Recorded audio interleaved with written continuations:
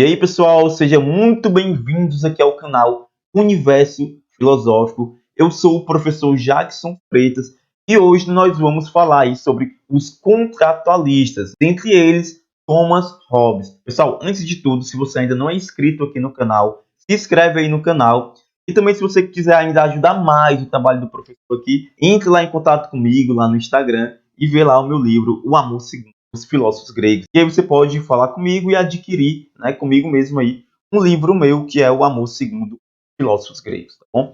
Pessoal, hoje nós vamos falar sobre os contratualistas. Professor, por que eles são chamados de filósofos contratualistas? Pessoal, o que é que vem na mente de vocês quando você escuta essa palavra? Contratualistas. Né? Você lembra o quê? Contrato, possivelmente, né?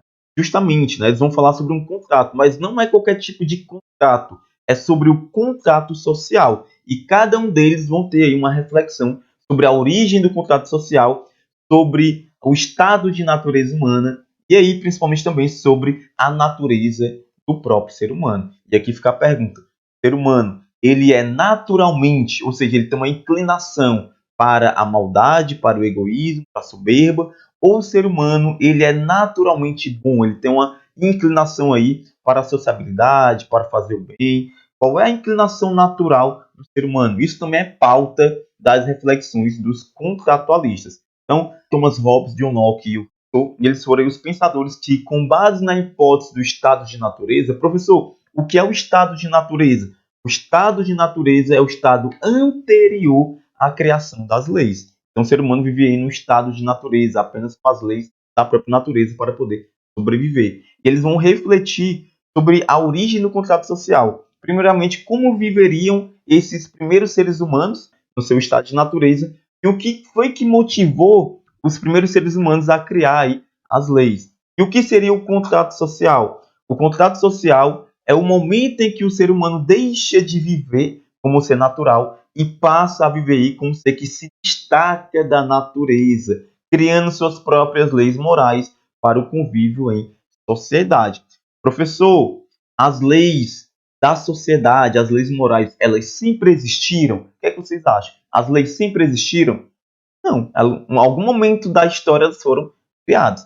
Então, se em algum momento da história elas foram criadas, não quer dizer que no momento anterior, os seres humanos eles viveriam sem as leis morais. Então, esse é o estado de natureza, o estado anterior à criação das leis morais.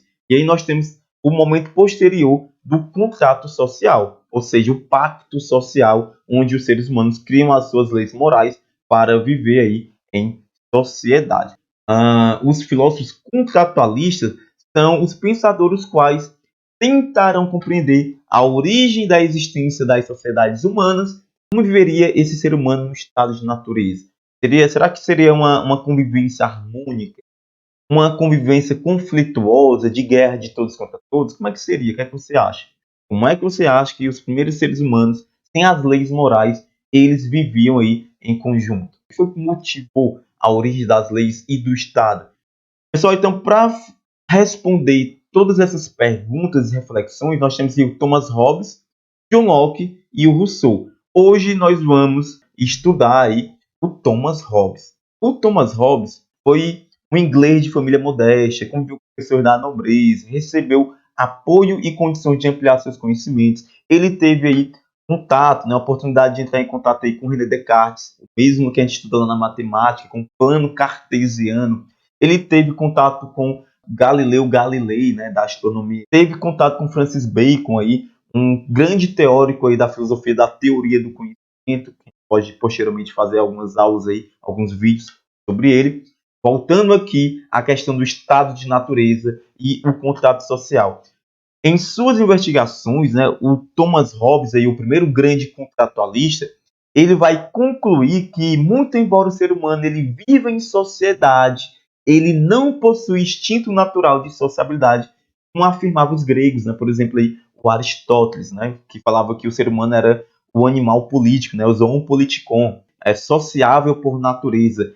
O Thomas Hobbes vai chegar na conclusão que o ser humano ele não tem esse instinto de sociabilidade como acreditavam aí Aristóteles, por exemplo. Pois, segundo ele, pessoal, cada indivíduo sempre encara o seu semelhante como concorrente, o qual precisa ser dominado ou dominado. Então, de acordo com essa natureza humana que o Thomas Hobbes concluiu, como é que ele vai, então, enxergar esse estado de natureza? De acordo com essa natureza humana, então como é que viveria o ser humano no seu estado de natureza, ou seja, sem as leis morais? E o contrato social? O que foi que motivou a origem do contrato social, segundo Thomas Hobbes? Pessoal, antes de mais nada, eu vou ler aqui para vocês um trecho aqui da obra Leviatã, e daqui a pouco eu vou falar também um porquê que a obra, né, ele titulou de Leviatã, daqui a pouco eu vou falar um pouco sobre esse nome. E o trecho fala o seguinte da obra: o direito de natureza, a que os autores geralmente chamam jus naturale, é a liberdade que cada homem possui de usar seu próprio poder de maneira que quiser, para a preservação de sua própria natureza, ou seja, de sua vida, e, consequentemente, de fazer tudo aquilo que seu próprio julgamento e razão lhe indique como meios adequados a esse fim.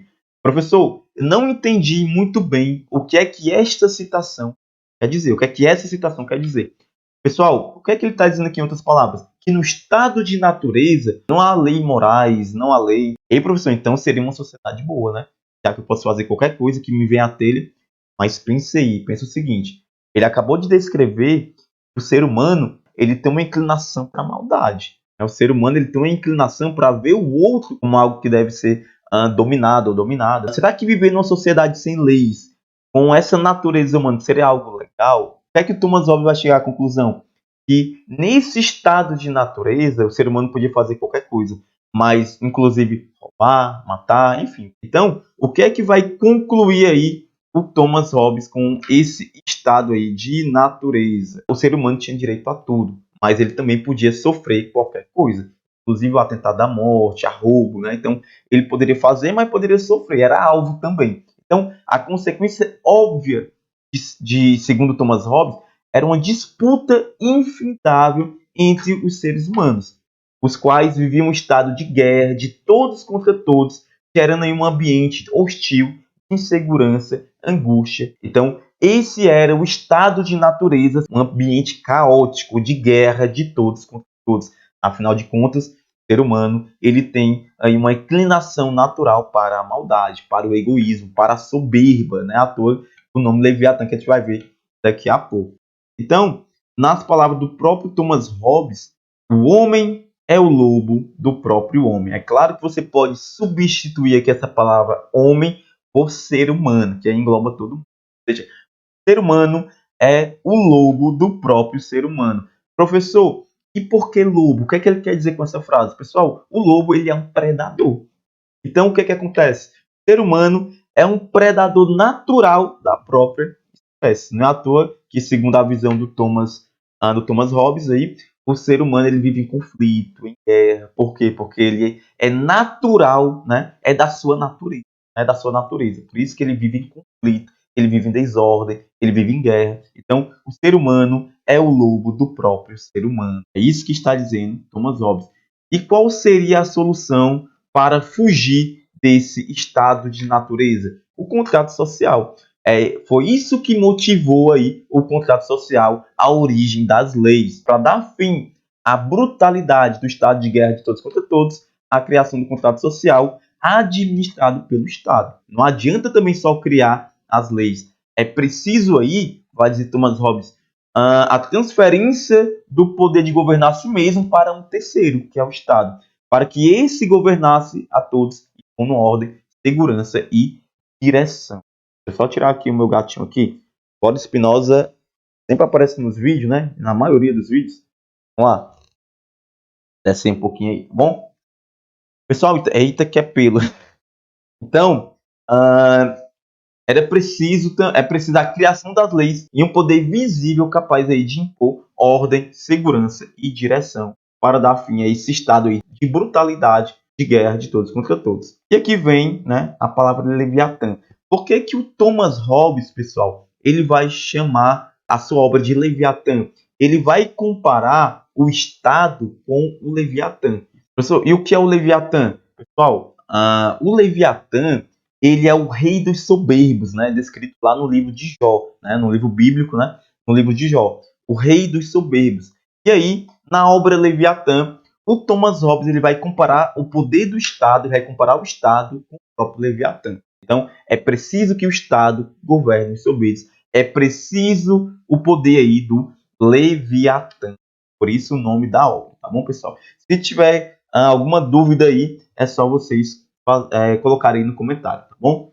Vamos lá. Então, a obra Leviatã, essa aqui é a ilustração colocada na folha de rosto da primeira edição do Leviatã, lá em Londres, em 1651.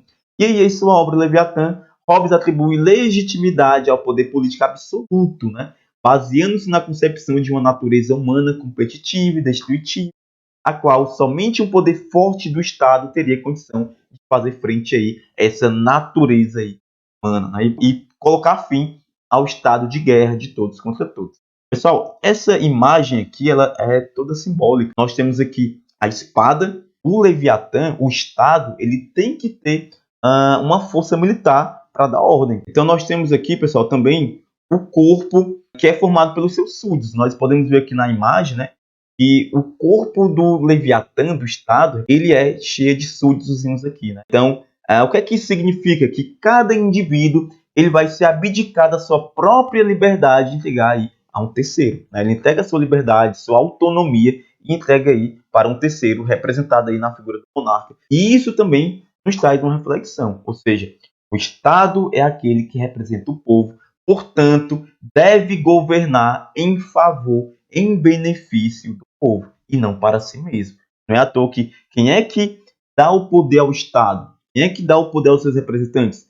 Governados. Né? Então, os governantes deveriam governar em favor dos governados. A coroa aqui, galera, representa a forma de monarquia na época, né, que era absolutista, também conhecido como antigo regime. E o centro aqui, deixa eu sair daqui, no lugar da espada, né, na outra mão, representa a centralização dos poderes, né, o poder legislativo, executivo e o judiciário.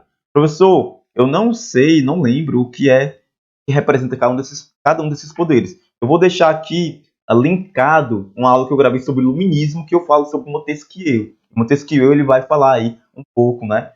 Ele que vai sugerir, né, essa divisão aí dos poderes em executivo, legislativo e judiciário. Pessoal, eu separei aqui, nesse momento agora, para a gente responder algumas questões sobre Thomas Hobbes que caíram aí no vestibular do Enem.